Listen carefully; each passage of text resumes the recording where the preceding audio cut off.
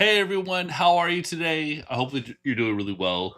So, this is going to be the big Berlinale Power Sesh stream for me. I already reviewed one film for the festival. That was on Saturday, and I've got another one to review. And it's probably going to be it's probably going to be six this year, film reviews, and I might get an interview for that sixth film, but that's not confirmed yet. It's still uh, being negotiated, and I won't get it to you till next week either, if it does happen. So we've got four reviews, and I'm excited to get into it.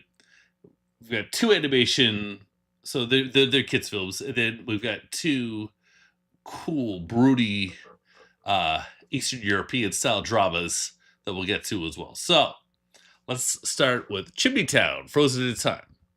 So on one of my shelves sit 7 FMW VHS tapes. They are fun wrestling highlights of the Frontier Martial Arts Wrestling League from Japan that I will admit are pure sadism, and my possession of them will perhaps lower your estimation of my cultural cachet. The merits of this type of entertainment could be debated further on another occasion. But I bring it up for my review of kids' animation from Japan, Chimney Town Frozen in Time, because there is a link. There is some sad cat anime they always advertise for the brutality of FMW matches on those VHS tapes and the very not PC commentary interwoven in between them.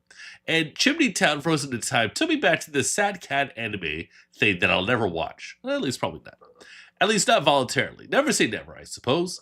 Both projects remind me that there are categories of anime I'll try to stay away from. This Chimney Town thing doesn't even look like anime to me. It is, though. It's from Japan. It has residual connective tissue to the realness that I seek, like Ninja Scroll. The new 4K transfer of that is also played at this year's Berlinale edition. It's this sugar high morality tale for kids. I inherently am going to have a hard time connecting with stuff like this, but it does have some sort of older Disney kind of tropes. So if you've got a kid or are a kid with an open mind, maybe this will be your thing. I'll be generous here. So Papaya. Last year premiered at Cannes and then making its way to TIFF was last year? Yeah, I think it was last year. Was it the year before? Okay. I'm not gonna break my mind over this. Anyways, it was Dandelion's Odyssey, and Papaya is like the same sort of thing. It's an animation for the kids with no dialogue about a caterpillar living life. Life is tough for a caterpillar.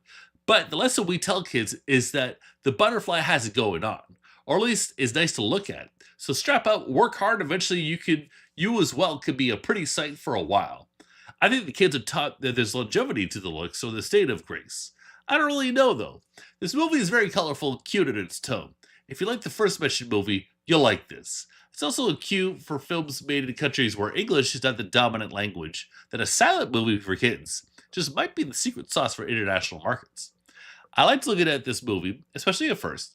It's got enough going on for a quick duration, and the novelty mostly didn't outstay its welcome for me, a person who's not the target audience. This isn't really for my fellow nearly middle-aged crustmasters, but maybe it's for their kids, especially the really young ones. It's something nice visually to put on, and enough of a good message if you're some kid. I actually did enjoy this one enough. I enjoyed it plenty, actually. I just don't want to snitch on myself. Oops, I just did. Okay.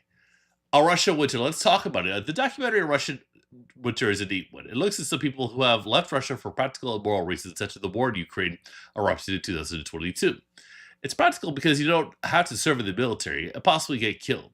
And it's moral because I have no doubt in the conviction that the war in Ukraine is unjust and immoral. Yeah, people in Russia think that. Some of them do. Having been able to talk to a recent immigrants from Russia to Canada, I get the sense that the manosphere is quite out of control in Russia, and that the cult of personality of Putin is suffocating for those not on board. Or maybe even for those on the fence, or who are pretty much on board for everything that is currently happening in that part of the world. Leaving one's home is something that's going to be hard regardless. You may have beef with your government, but you only have one homeland. So the way to conflict within the people who are facing issues of geopolitical conflict landed well for me. The documentary is pretty much quiet, interior, and pensive. It's a nice contemplative watch to meditate on the topic, or to look for something low key, where some ideas might dwell or pop up into your own mind. It's a nice Sunday morning with tea movie. Yellow Letters. Okay, we saved the best for last. Yellow Letters is a fun, sort of broody drama from Germany, which should be celebrated. Its message should be screamed on the top of roofs from all around the world when it is fitting. You have an actress and a professor couple who are vocal about political issues and lose their livelihood. It's a free society until you brush up against powers who are apparently more free. Many people across the world were vocally against Israel's actions in Gaza. It incensed them. The level of violence seemed disproportionate to many sensible people.